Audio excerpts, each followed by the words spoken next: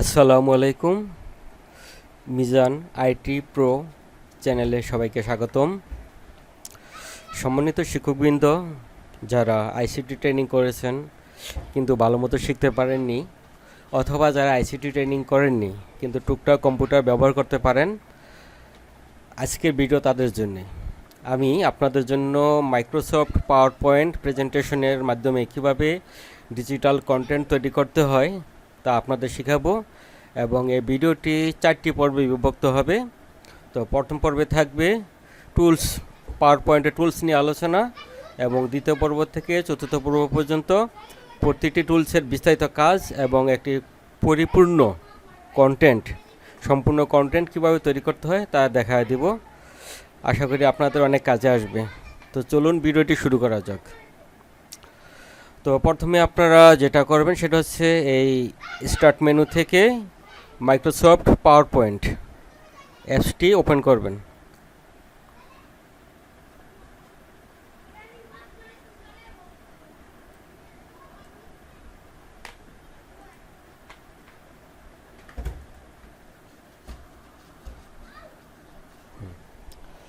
হ্যাঁ, প্রথমেই আপনাদেরকে যেটা করতে হবে, এই Microsoft power point page open হয়েছে, আপনারা এখানে প্রথমে যে ব্ল্যাঙ্ক প্রেজেন্টেশন সেখানে ক্লিক করবেন। ক্লিক করার পর দেখেন একটি ব্ল্যাঙ্ক প্রেজেন্টেশন ফাইল ওপেন হয়েছে, যেখানে প্রথমে লেখা আছে ক্লিক টু অ্যাড টাইটেল, দ্বিতীয়টা আছে ক্লিক টু অ্যাড সাবটাইটেল। তো আমরা আজকে শিখব টুলস সম্পর্কে ধারণা, পাওয়ার পয়েন্ট টুলস সম্পর্কে আপনাদের বিস্তারিত ধারণা দিব। তো প্রথমে আসি আমরা ফাইল মেনুতে। এগুলোকে বলা হচ্ছে মেনু, যেমন file, home, insert, design, transition, এগুলো হলো এক একটা মেনু। তো প্রথমে আসবো ফাইল মেনু নিয়ে। তো ফাইল মেনু প্রথমে ক্লিক করলাম, দেখেন ফাইল মেনুতে প্রথমে আসছে হোম, অর্থাৎ এখানে ক্লিক করলে আমরা, এটা হচ্ছে হোম পেজ। আচ্ছা, প্রথমে আসছে নিউ, অর্থাৎ নতুন পাওয়ার পয়েন্ট চালু করার জন্য, অর্থাৎ আপনারা যদি একটা পাওয়ার পয়েন্টে কাজ করতে চান তাহলে এখানে এই নিউতে ক্লিক করলে নতুন একটা ব্ল্যাঙ্ক পেজ ওপেন হবে, যেমন এমন হয়েছে আর কি। আচ্ছা, দ্বিতীয় কথা হচ্ছে ওপেন। আপনারা জানেন যে যদি আপনি কোনো পাওয়ার পয়েন্টের কাজ আগে করে থাকেন, সেটা যেখানে সংরক্ষিত করছেন সে ফাইলটা এই ওপেনের মাধ্যমে ওপেন করতে পারবেন। তৃতীয়টা হচ্ছে ইনফো, অর্থাৎ আপনি যে প্রেজেন্টেশনটা নিয়ে কাজ করছেন এই সম্পর্কে বিস্তারিত তথ্য দেওয়া আছে এখানে। এরপর হচ্ছে সেভ। হ্যাঁ, সেভ মেনুতে গেলে আপনি এই পাওয়ার পয়েন্টটা কোথায় সেভ করবেন সেটা আপনি ঠিক করতে পারবেন। এরপর হচ্ছে সেভ এজ, মনে করেন যে আপনি একটা ফাইল, মনে করেন যে স্কুল 1 নামে সেভ করছেন, তো যদি আপনি এই ফাইলটাকে আরেকটা নামে সেভ করতে চান সেক্ষেত্রে সেভ এজে ক্লিক করতে হবে। এরপরে আসছে গিয়ে আপনার প্রিন্ট, অর্থাৎ আপনি কিভাবে প্রিন্ট করবেন, এই প্রিন্ট করার জন্য এই প্রিন্ট বাটনে ক্লিক করলে আপনার প্রিন্টারের পেজ ওপেন হবে, এখানে আপনি প্রিন্টার সিলেক্ট করে প্রিন্ট বাটন দিলে হয়ে যাবে। এরপরে আসছে শেয়ার, অর্থাৎ আপনার এই পাওয়ার পয়েন্ট প্রেজেন্টেশন যদি আপনি শেয়ার করতে চান, অর্থাৎ অনলাইনের মাধ্যমে কারো কাছে পাঠাইতে চান, সেক্ষেত্রে এটা এভাবে পাঠাতে পারবেন। এরপরে আসছে এক্সপোর্ট, আপনার এই ফাইলটা যদি এক্সপোর্ট করতে চান, যেমন পিডিএফ, এক্সপিএস, বিভিন্ন ফরম্যাটে সেভ করতে চাইলে, অথবা ক্রিয়েট ভিডিও হিসাবে সেভ করতে চান সেটা করতে পারবেন। এরপরে সিডি প্রিন্ট করতে পারবেন। এরপরে চেঞ্জ ফাইল টাইপ, বিভিন্ন ধরনের ফাইল টাইপ পরিবর্তন করতে পারবেন এটার মাধ্যমে। এরপরে আসছে ক্লোজ, আচ্ছা, অর্থাৎ ফাইলটা ক্লোজ করার জন্য। এই হচ্ছে আমাদের ফাইল মেনুর কাজ। দ্বিতীয় হচ্ছে হোম মেনু। তো হোম মেনুর মাধ্যমে যে বিষয়টা আসছে সেটা হচ্ছে আপনার, এখানে প্রথমে দেখেন কপি পেস্ট অপশনগুলো আছে, নিউ স্লাইড, আপনি এখানে চাইলে একটা স্লাইড নিয়েছেন আরও স্লাইড নিতে পারবেন। যে আমি যেমন একটা ব্ল্যাঙ্ক স্লাইড নিয়েছি, চাইলে আমি নিতেই পারবো, যতটা দরকার ব্ল্যাঙ্ক স্লাইড নিতে পারবো, আর আমার কোন ধরনের স্লাইড দরকার সেটা আমি এখান থেকে পছন্দসই নিতে পারবো। যেমন আমি যদি পরবর্তীতে এরকম চাই, এরকম চলে আসছে। তো এখানে আমরা একটা টাইটেল দিতে পারবো, এখানে এই টেক্সট লিখতে পারবো, আর এখানে যে সম্পর্কিত আমাদের পেস্ট যেটা কাজ করবো সেই সংশ্লিষ্ট একটা ছবি এখানে আমরা অ্যাড করতে পারবো। তো এই হচ্ছে এটার বিষয়। দ্বিতীয় কথা হচ্ছে আপনি এখানে ফন্ট নির্বাচন করতে পারবেন, যে কোন ফন্টে কাজ করবেন, বাংলা, ইংরেজি বিভিন্ন ফন্ট দেওয়া আছে, যেটা আপনার প্রয়োজন সেখানে কাজ করতে পারবেন। আচ্ছা, এখানে অনেকগুলো অপশন আছে, লেআউট, তো লেআউট যেটা পছন্দ হয় সেভাবে আপনি দিতে পারবেন। এরপরে আছে ফন্ট সাইজ, এরপরে ফন্টটা কেমন হবে, বোল্ড হবে নাকি নর্মাল হবে, ইটালিক হবে অথবা আন্ডারলাইন দিতে চান, এটার মাধ্যমে করতে পারবেন কাজটা। আচ্ছা, এরপরে যে মেনুগুলো আছে, যেমন আমরা যেমন ওয়ার্ডে করছি, যেমন এখানে ওই যে কি বলে নাম্বারিং বা ইয়া করার জন্য আর কি, যেটাকে বলে যে একটা টপিক্সকে বিশেষভাবে নির্দেশিত করার জন্য বুলেট অ্যান্ড নাম্বারিং, এখানে আপনি এটা দিয়ে ইউজ করতে পারবেন। এরপরে আসছে গিয়ে আপনার এই যে এখানে পেজ লেখাটা কি বাম পাশ থেকে লিখবেন না ডান পাশ থেকে লিখবেন, যেমন alignment left, alignment centre, alignment right, alignment justify, অর্থাৎ এটা সব দিকে সমান থাকবে। এই কাজগুলো করতে পারবেন। এখানে আপনার আছে অ্যাড রিমুভ কলাম, আপনি এখানে কলাম যোগ করতে পারবেন। আচ্ছা, এরপরে যে জিনিসগুলো আপনার দরকার আছে টেক্সট ডিরেকশন, অর্থাৎ টেক্সটটাকে আপনি ল্যান্ডস্কেপ লিখবেন না পোর্ট্রেট লিখবেন, সেটা এখান থেকে আপনার লিখতে, এখানে যেভাবে দেখতে পাচ্ছেন লেখাগুলো সেভাবে আপনি লিখতে পারবেন। তো জাস্ট যেহেতু আজকে আপনাদের ধারণা দিচ্ছি, আগামী ভিডিওতে আমি প্রত্যেকটা টুলস নিয়ে বিস্তারিত আলোচনা করব এবং সবশেষে একটি চূড়ান্ত পরিপূর্ণ কন্টেন্ট তৈরি করে দেখাবো। এই হচ্ছে মূল বিষয়গুলো। এরপর চাইলে আপনি এখানে আছে বিভিন্ন ধরনের শেপ, এখানে যে কোনো শেপ আপনি চাইলে এখানে ইউজ করতে পারবেন, বানাতে পারবেন। আবার শেপের কিছু স্টাইল আছে, সেগুলো আপনাদের শেপ ফরম্যাট, এটা ক্লিক করলে ফরম্যাটটা কেমন হবে, এখানে এইগুলো আমরা একটু পরে আসতেছি। আচ্ছা, এরপরে আসছে ইনসার্ট মেনু। ইনসার্ট মেনুতে আমরা জানি যে ইনসার্ট মানে হলে যোগ করা, অ্যাড করা কোনো কিছু। তো এখানে নিউ স্লাইড আমরা যোগ করতে পারবো। এরপরে টেবিল ইউজ করতে পারবো, যেমন আমার কয়টা টেবিল দরকার, রো কলাম, সে অনুযায়ী আমি কাজ করতে পারবো। আচ্ছা, এরপরে আসছে গিয়া দেখেন পিকচার, আমি এই ইয়ার মধ্যে পিকচার অ্যাড করতে পারবো অ্যাড ডিভাইস থেকে, অথবা সরাসরি আমি পিকচার ইউজ করতে পারবো। তো এইভাবে ইউজ করতে পারবো আমরা চাইলেই। আচ্ছা, ইনসার্ট মেনুর পরবর্তীতে আছে স্ক্রিনশট। আচ্ছা, আপনি পুরা এই এখন এই যে পেজটা আছে, পেজটা চাইলে আপনি স্ক্রিনশটটা দিয়ে এখানে ইউজ করতে পারবেন।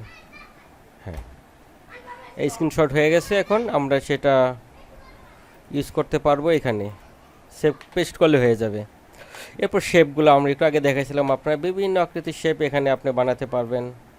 শেপ যখনই আপনি বানাবেন তখন শেপের একটা ফরম্যাট চলে আসবে, পিকচার ফরম্যাট, শেপ ফরম্যাট, এখান থেকে আপনারা কারেকশন, কালার রিমুভ সব কিছু করতে পারবেন। যাই হোক, ইনসার্টে আমরা আছি, শেপ নিয়ে আলোচনা করলাম। এরপর স্মার্ট আর্ট, এখানে আপনারা বিভিন্ন যে আমাদের চার্টগুলা, বিশেষ করে গ্রাফগুলা, এগুলো আমরা ইউজ করতে পারবো। যেমন লিস্টে দেখেন কত ধরনের গ্রাফ দেওয়া আছে, এগুলো আমরা ইউজ করতে পারবো আমাদের কাজের ধরন অনুযায়ী, অসংখ্য আছে, আমাদের যেটা প্রয়োজন সে অনুযায়ী আমরা এখানে কাজ করতে পারবো। আচ্ছা আচ্ছা, এরপর ইনসার্টের এর পরে আসছে যে গুরুত্বপূর্ণ চার্ট, এখানে আপনারা ওই যে pie chart, graph chart, bar chart, এগুলো আপনারা এখানে অ্যাড করতে পারবেন। আচ্ছা, এরপরে যেটা দরকার সেটা হচ্ছে আপনাদের টেক্সট বক্স।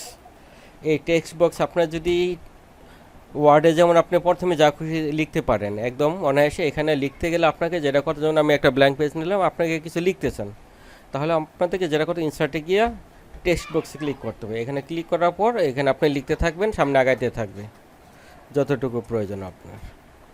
তাহলে আপনাদের লিখতে হলে অবশ্যই টেক্সট বক্স আগে ইনসার্ট করতে হবে, তারপর আপনারা লিখতে পারবেন। তাই ইনসার্টের সবচেয়ে গুরুত্বপূর্ণ কাজ হলে গিয়ে পাওয়ার পয়েন্টে ইনসার্ট মেনুর কাজ। এরপরে আপনারা যেটা দরকার হেড অ্যান্ড ফুটার যুক্ত করতে পারবেন। ওয়ার্ডারটা দেখেন আপনারা, যেমন আপনি এখানে লিখতে চাইলেন একটা জিনিস সুন্দর ডিজাইন করে, হ্যাঁ এখানে লিখতে পারেন। লেখার পর এটাকে আবার মডিফাই করতে চাইলে আপনার শেপ ফরম্যাট আছে, কেমন চান সেখানে, যেমন এটা দিলাম আমি, এরকম হয়ে গেল, বা আরও আছে, আপনার যেটা ভালো লাগে সেটা দিতে পারবেন ফরম্যাটে গিয়ে। এবং ফরম্যাটে যদি চান যে ডিজাইন দিয়ে দিবেন, রাউন্ড হবে, যে রাউন্ড হয়ে গেছে, আপনি সব কিছু করতে পারবেন। তাহলে ইনসার্টের গুরুত্বপূর্ণ ভূমিকা সবচেয়ে বেশি। এরপর আপনি চাইলে এখান থেকে ডেট টাইম দিতে পারবেন, অ্যাপ্লাই টুয়েল করলে আপনার সব জায়গায় ডেট টাইম চলে আসবে। আচ্ছা, এরপর হচ্ছে স্লাইড নাম্বারিং, অর্থাৎ স্লাইডে যদি আপনি চান নাম্বার দিতে, তাহলে নাম্বার এটার মাধ্যমে দিতে পারবেন। আচ্ছা, এরপরে আসছে আরও কিছু বিষয়, সেটা হচ্ছে ইকুয়েশন, অর্থাৎ আপনি এখানে যদি গাণিতিক কাজগুলো এখানে করতে পারবেন, অঙ্কের সমস্যা সমাধান। এরপরে আসছে যে আপনি যদি চান এটাকে ভিডিও করতে পারবেন, যদি অডিও যোগ করতে চান অডিও করতে পারবেন, রেকর্ড অডিও করতে পারবেন, স্ক্রিন রেকর্ডিং চাইলেও পুরো স্ক্রিন রেকর্ডিং করতে পারবেন, সব ইনসার্ট মেনুর কাজ। তাহলে আমাদের পাওয়ার পয়েন্টের সবচেয়ে গুরুত্বপূর্ণ কাজ হলো ইনসার্ট মেনুর। আচ্ছা, এরপরে হচ্ছে ডিজাইন মেনু কাজ হচ্ছে আপনার পেজটা যদি আপনি কেমন হবে যদি দেখতে চান যে আমার পেজটা এরকম হবে, কিছু দেওয়া আছে এখানে, নমুনা দেওয়া আছে। যেমন আমি একটা দেখাচ্ছি আপনাদেরকে, এই দেখেন ডিজাইন চলে আসে সবগুলোর মধ্যে। তো এগুলো তো আছে দেওয়া আছে, এরপরেও যদি আপনার লাগে তাহলে আপনারা ব্রাউজ থিম নিয়ে ক্লিক করে আপনার থিম আরও আনতে পারবেন, বা আপনার নিজের প্রয়োজনীয় থিমসও তৈরি করতে পারবেন। এগুলো আমরা শেখাবো। আচ্ছা, এরপরে সে ব্যাকগ্রাউন্ডও চাইলে আপনি চেঞ্জ করতে পারেন। ব্যাকগ্রাউন্ড কালার কেমন দিতে চান, গ্রেডিয়েন্ট দিতে পারেন, গ্রেডিয়েন্ট বা কি বলে সলিড কালারও দিতে পারেন। এখানে সলিড কালার মনে করেন যে আমি দিয়ে দিলাম রেড, হয়ে গেল। তো এভরিথিং এখানে কাজগুলো করতে পারবেন। এরপরে আসছে ট্রানজিশন, অর্থাৎ ট্রানজিশন এখানে বোঝাচ্ছে যে একটা পেজের পর আরেকটা পেজ কীভাবে আসবে। তো আমরা একটু দেখে একটা পুশ আপ, এই তো অর্থাৎ একটা পেজের পর একটা পেজ কীভাবে আসবে এটা দেখানোর জন্য হচ্ছে ট্রানজিশনের কাজ। মূলত ট্রানজিশন ইফেক্টটা আপনি এখানে দিতে পারেন। আবার যেমন আমি দিলাম পুশ, এর উপর থেকে নিচে দিয়েছিলাম আমরা ফ্রম বটম। যদি আমরা লেফট থেকে দিই তাহলে লেফট থেকে দিতে পারবো, রাইট থেকে দিলে যেমন এই যে রাইট থেকে আসবে। এই কাজগুলো আমরা করতে পারবো। যদি ফ্রম টপ থেকে দিতে চাই টপ থেকে আসবে। এরপর হচ্ছে অ্যানিমেশন। তো অ্যানিমেশনের জন্য আমাদের যে টেক্সটগুলো আমরা যেগুলো লিখবো সেগুলোকে আমরা কিভাবে শো করবে, ক্লিক করার পরে যেমন আমি ফ্লোটিন দিলাম, এই যে ফ্লোটিন হয়ে গেল এভাবে। আবার হোয়াইপ দিলাম, হোয়াইপ হয়ে গেল। শেপ দিলাম, দেখেন এভাবে হবে। তাহলে এগুলো আমরা ব্যবহারটা শিখবো বিস্তারিত আগামী ক্লাসে। এরপর আসে স্লাইড শো। আমরা জানি যে কাজটা করলাম এটা, এখন যদি আমি স্লাইড দেখতে চাই জাস্ট এখানে স্লাইড শো বাটনে ক্লিক করব, তাহলে দেখা যাচ্ছে যে প্রতিটা পেজ চলে আসবে। এই যে অ্যানিমেশন দেওয়া হয়েছিল সেটা এখানে আসছে, তো দেখতে পাচ্ছেন এটা। তো যাই হোক, এরপর আমরা স্লাইড শো গিয়ে আমরা ফ্রম বিগিনিং থেকে যদি দেই প্রথম থেকে আসবে, ক্লিক করতে থাকবো, একটা পর একটা আসতেই থাকবে। হ্যাঁ, শেষ 3 স্লাইডগুলো। আচ্ছা, এরপরে আসছে রেকর্ড। তো একটু আগে বলছিলাম আপনারা রেকর্ড করতে পারেন, সেটা হচ্ছে ফ্রম কারেন্ট স্লাইড থেকে রেকর্ড করতে পারেন, ফ্রম বিগিনিং থেকে রেকর্ড করতে পারেন, স্ক্রিনশট আপনি দিতে পারেন, এরপর স্ক্রিন রেকর্ড করতে পারেন, ভিডিও তৈরি করতে পারেন, যেটা আমরা কাজ করছি তার অডিও অ্যাড করতে পারেন, সব কিছু আপনারা করতে পারবেন। Save age, show, export two video, অর্থাৎ আমরা যে কাজটা করলাম সেটাকে ভিডিও হিসেবে এক্সপোর্ট করতে পারবো। এরপরে অপশন আছে রিভিউ। তো রিভিউর কাজটা আমরা যখন কাজ করব তখন সাথে সাথে শিখিয়ে দেবো। ভিউ অপশনে গিয়ে যে কাজগুলো আসছে, এই যে কীভাবে ভিউ করবেন আপনার স্লাইডটাকে সেটা এখানে বিস্তারিত দেওয়া আছে। এরপর আছে অ্যাডিংস, এটা আমাদের কাজ তেমন নাই, হেল্পের কাজও আমাদের নাই। তো এই ছিল আমাদের আজকের ভিডিও। তো এর পরবর্তী ভিডিও আপনাদের আগামীকালকে থাকবে। আমরা ইনসার্ট মেনুর প্রতিটা অপশনের কাজ কি সে সম্পর্কে বিস্তারিত প্র্যাকটিক্যাল কাজ প্লাস আলোচনা দুটোই থাকবে একসাথে, এবং আশা করি আপনাদের প্রতিটা ভিডিও আপনাদের কাজে আসবে। তো আজকের ভিডিও এখানেই শেষ করছি। ধন্যবাদ সবাইকে।